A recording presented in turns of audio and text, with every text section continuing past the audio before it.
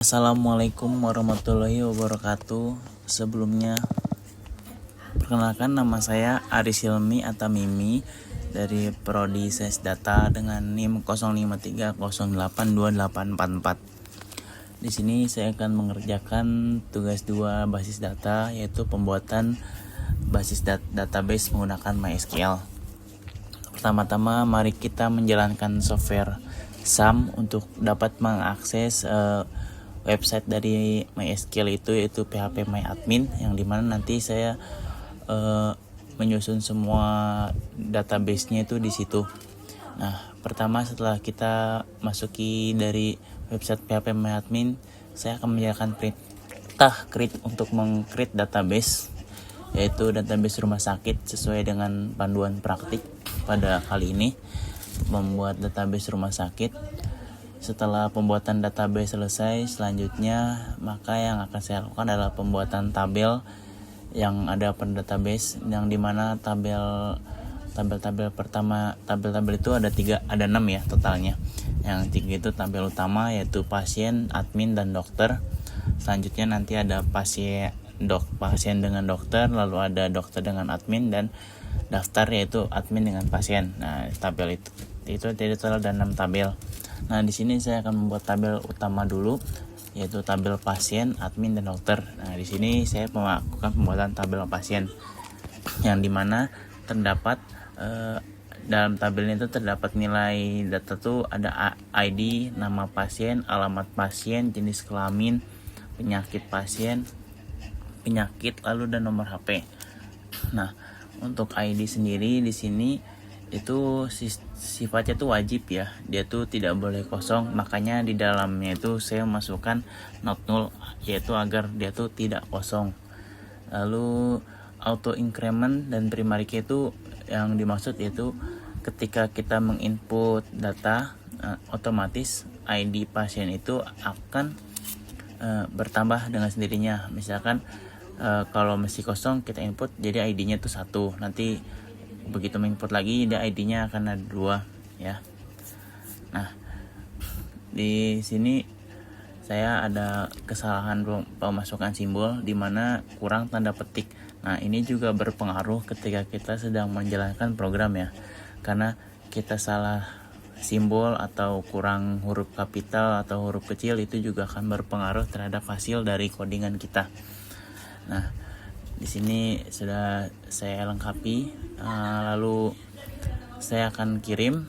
Nah, kirim artinya nih tabel tuh sudah berhasil ya. Nah, notifikasi ini tabel tuh sudah berhasil dibuat. Selanjutnya saya akan mempercepat dalam pembuatan tabel dokter dan admin, karena isi dari program itu sama saja, yang berbedanya itu cuman bagian-bagian yang ada di dalam tabel. Oke.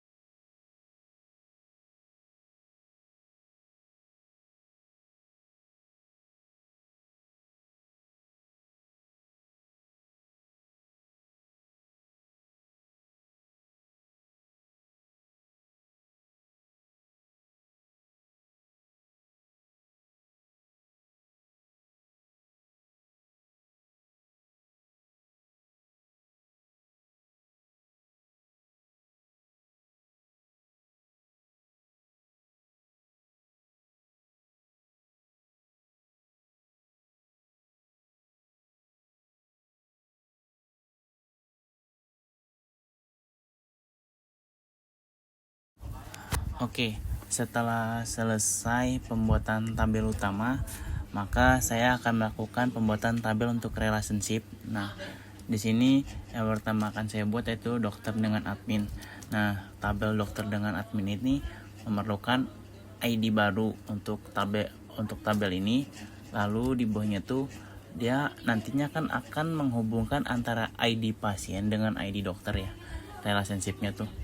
Nah, di sini maka kita akan memasukkan ID tersebut ya, ID pasien dengan ID dokter.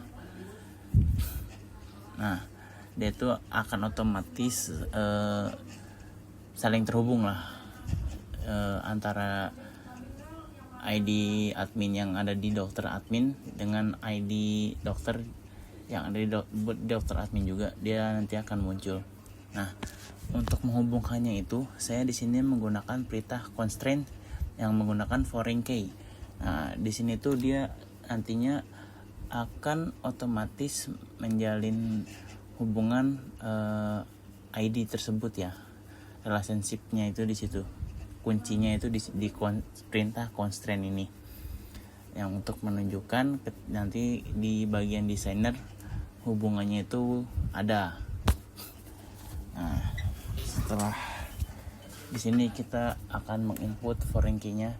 Nah, di sini kan karena nama tabelnya itu kan dokter admin. Nah, pertama tuh yang akan kita hubungkan tuh ID adminnya. Nah, referensinya itu yaitu ada di ID yang ada di tabel admin. Itu referensinya. Dimana ID admin itu akan otomatis terisi di tabel admin sesuai dengan ID-nya di situ. Misalkan tabel admin ya ID-nya 1 itu nanti siapa namanya. Nah, berarti di tabel dokter admin ini ya ID adminnya itu akan muncul juga di situ. Nah, setelahnya kita kirim. Nah, ini sudah berhasil. Nah, kita lihat kan di desainer nih. Nah, tuh dari dokter itu dia ID-nya tuh akan terhubung ke dokter admin di ID dokternya. Nah, nanti ID admin juga terhubung ke ID yang ada di tabel adminnya. Selanjutnya di sini kita akan mengerjakan dua tabel yang lain, yaitu pasien dokter dan daftar ya. Ini konsepnya sama seperti tadi, saya menggunakan fitur constraint ya untuk membuat relationship-nya tersebut. Jadi pada dasarnya sama aja, maka saya akan percepat proses ini.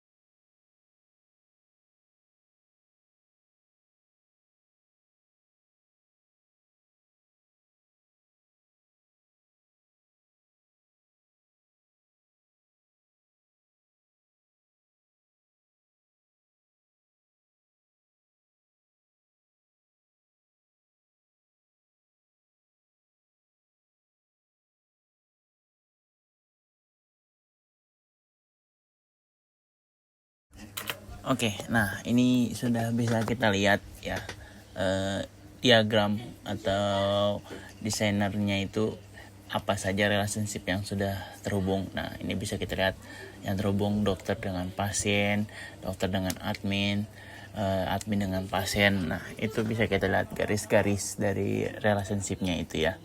Nah, selanjutnya itu yang akan kita lakukan adalah menginput atau menginsert data-data yang ada pada tabel pasien. Nah, di sini saya input semuanya, baik nama pasien, alamat pasien, jenis kelamin, penyakit, nomor HP. Nah, ini kita input semuanya, datanya satu persatu. Ya, ini sebagai contoh nantinya akan saya input 4 data terlebih dahulu ya.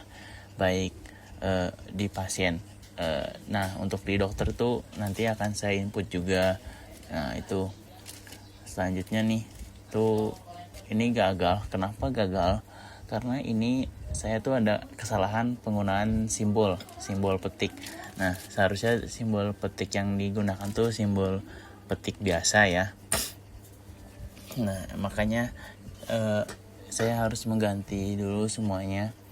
Nah, ini saya rapihkan kembali dan simbol-simbol dan yang kurang atau yang belum ada. Nah, ini saya input satu persatu kembali.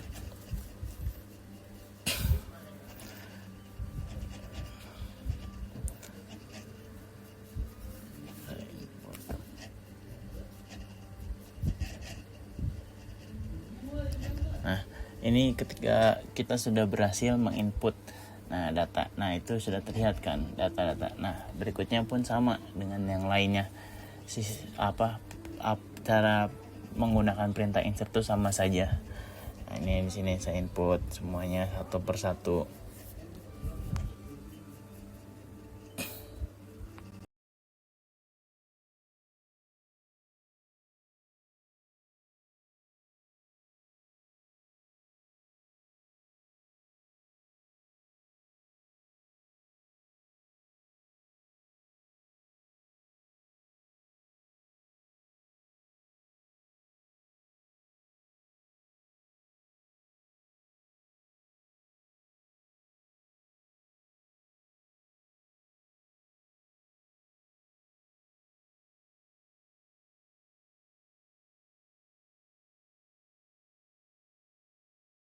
Di sini saya mengganti jenis kelamin menggunakan numerik ya, agar lebih mudah juga. Nah, berikutnya yang akan kita lakukan itu kan di dalam panduan praktik itu kita akan menggunakan perintah select ya. Nah, di mana nanti tuh ini kita nih select from misalkan tabelnya pasien. Nah, dia otomatis akan menampilkan semua isi yang ada di tabel pasien ya. Nah, selanjutnya ada perintah juga, perintah select untuk menampilkan misalkan hanya beberapa data saja, kayak misalkan cuma nampilin nama pasien dan alamatnya. Nah, ini seperti ini caranya ya, yaitu misalkan select terus kita mau lihatnya itu apa aja gitu, nama pasien terus alamat pasien. Nah, kita ambil dari from pasien.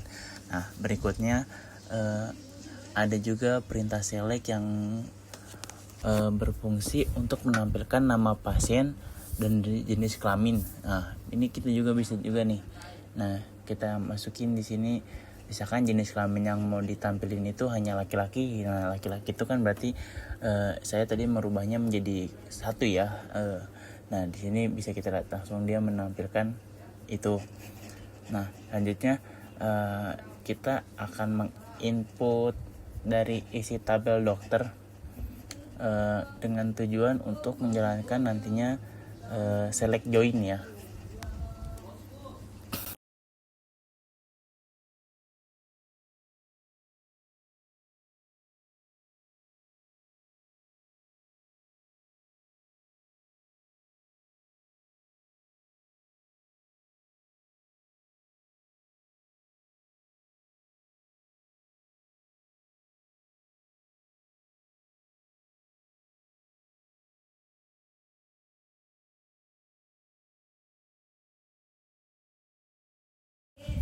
Nah, setelah saya melakukan penginputan pada data dokter, nah saya di sini lupa untuk merubah susunan tabel yang pasien dokter ya, karena tadinya saya cuma mengisi ID dokter dan ID pasien aja. Saya kelupaan untuk menambahkan waktu periksa dan resep ya. Nah, di sini saya menggunakan perintah alter. Alter ini seperti perintah untuk merubah struktur yang ada di dalam tabel. Nah, karena saya ingin menambahkan struktur baru di dalam tabel pasien dokter, maka saya menggunakan perintah add karena menambahkan. Nah, di sini saya tambahkan waktu periksa dan resep ya. Nah, ini saya tambahkan misalkan tadi kan terus saya waktu periksa menggunakan tanggal. Nah, ini resep. Nah, setelah saya menambahkannya, maka berikutnya saya akan melakukan penginputan kembali pada tabel pasien dokter ini ya, dimana kita input ya, tujuannya untuk mengetahui hubungan agar nanti ketika kita menjalankan proses select join kita bisa tahu dokter apa yang terhubung dengan pasien siapa gitu, dokter siapa dan dia sakit apa gitu kan, bisa kita lihat juga waktu periksanya dia kapan gitu, resepnya apa aja sih. Nah, ini kita input dari tiap-tiap ID, baik pasien misalkan pasiennya itu ID 1 yang terhubung dengan dokter, yang ID-nya 2 seperti itu. Nah, ini kita input.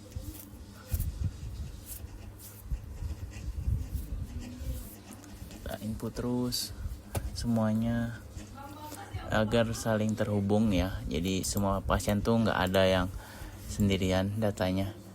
Jadi semua pasien tuh punya dokter yang masing-masing dan sudah punya daftar resepnya juga, waktu periksanya kapan juga gitu loh.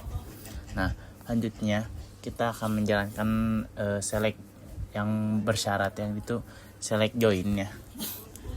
Nah, ini kita input codingnya yaitu select. Untuk perintah select join,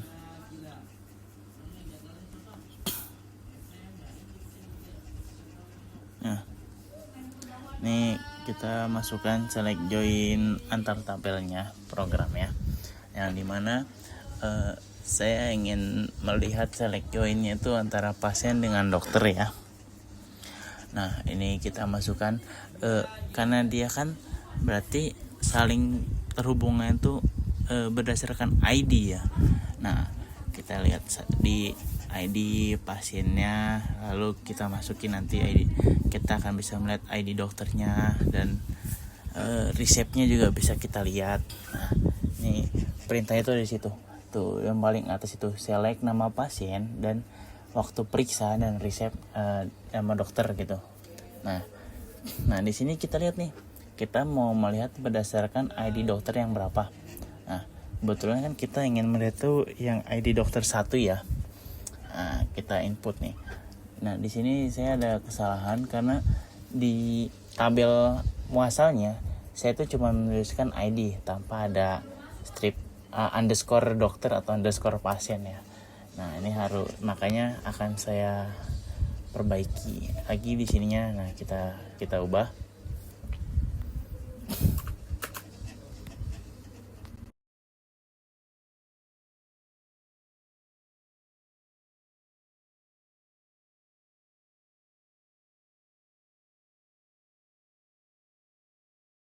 Ini bisa kita lihat hasil dari select join antar tabel ya. Nah tuh nama pasiennya tersebut, dia resepnya itu, dan terhubung dengan nama dokternya siapa, terlihat ya kan.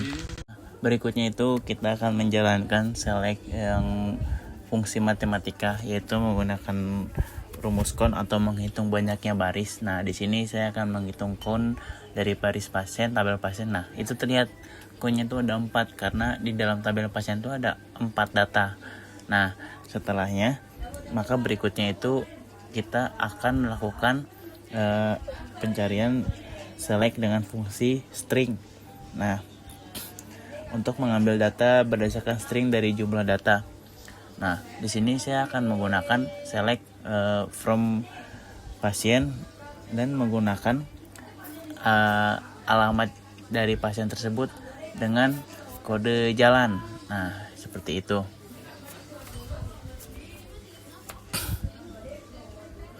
Nah menggunakan kode jalan, nah itu yang terlihat kan, dia tuh ada di alamat jalan mana-mananya seperti itu. Nah setelahnya saya akan juga coba select between. Nah select between ini adalah perintah untuk menampilkan atau mengambil data tertentu antara nilai 1 dengan nilai 2. Nah di sini saya akan menggunakan select between di antara 1 sampai 3 gitu. Data dari data yang pertama sampai data yang ketiga, seperti itu ya. Nah setelahnya kita akan melakukan perintah pada select like. Like itu jadi pencarian data berdasarkan kata yang kita butuhkan. Misalkan pada alamat pasien saya ingin mencari kota Bogor. Nah di sini bisa kita tulis kota Bogor. Nah nanti dia akan menampilkan nih para pasien yang alamatnya di Bogor. Nah itu terlihat kan pasien-pasien yang alamatnya di Bogor.